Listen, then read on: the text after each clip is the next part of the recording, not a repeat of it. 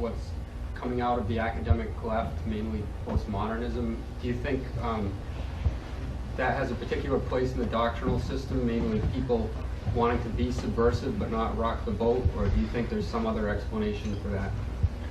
Well, you know, individuals have their own reasons, and you have to look and ask why they're doing things. But if you look at the phenomenon as a whole, its effect has been, I think the effect is pretty clear.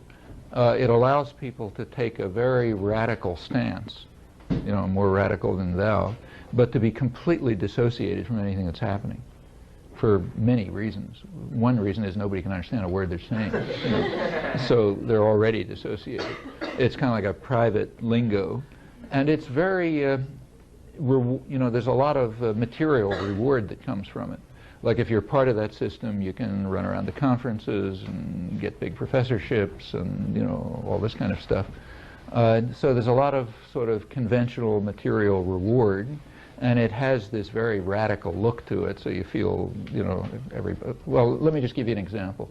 I gave a talk a couple days, last Saturday, at Birzeit University, you know, the Palestinian University at the West Bank. And it was a, you know, like everywhere, big mass audience, political talk, mostly criticizing the Palestinian Authority, because I was in, you know, you always tell people what they don't want to hear. So I want to criticize Israel, I do it on the other side of the border. The audience, most of the audience, you know, very supportive, and they liked it and they understood it. The guys with the jackets and ties were pretty angry, but that's normal. However, as I left with an Arab friend of mine who organized it, he's actually an Arab, he's an Israeli Arab who's a member of the Knesset, the parliament, but an old kind of good guy. He sort of he was sitting in the back of the, as we walked out, he kind of laughed and he told me that you know, he said most of the, especially younger people, liked it a lot, but he heard one really critical comment from a young woman faculty member who sort of liked the general political thrust of it, but told him it was very naive. And I said, you know, why was it naive? And he laughed and he said, well, it's because you said that people do things on moral grounds, and you talked about truth, okay? And that's old-fashioned nonsense. You know, that's kind of this old Enlightenment stuff. We know perfectly well that nobody does it. I mean, I talked about how apartheid was overthrown, you know, and how it was necessary to have splits inside the white society, which there were. If the white society had been unified, they would have smashed the ANC. But there were splits from the inside, and basically on moral grounds. People didn't want to tolerate it, and that was quite important. Something, you know, talked about that. Well, that's naive, because nobody does anything on moral grounds. All power plays, you know, read Foucault and so on and so forth, if you can understand it. And truth is kind of like an old-fashioned concept, you know, there's no truth and so on and so forth. Yeah, that stuff goes on all over. I mean, the next day I gave a talk at an Israeli university, and then it was critical of Israel and the United States, and talk about the Palestinians. And there were commentators, and one of the commentators was the dean, and he, you know, he hated it, of course, and a historian. And he said, he also said it was naive, because I was talking as if there's a objectivity in history. I was running through the history of what happened and saying how you should interpret what's going on now in those terms.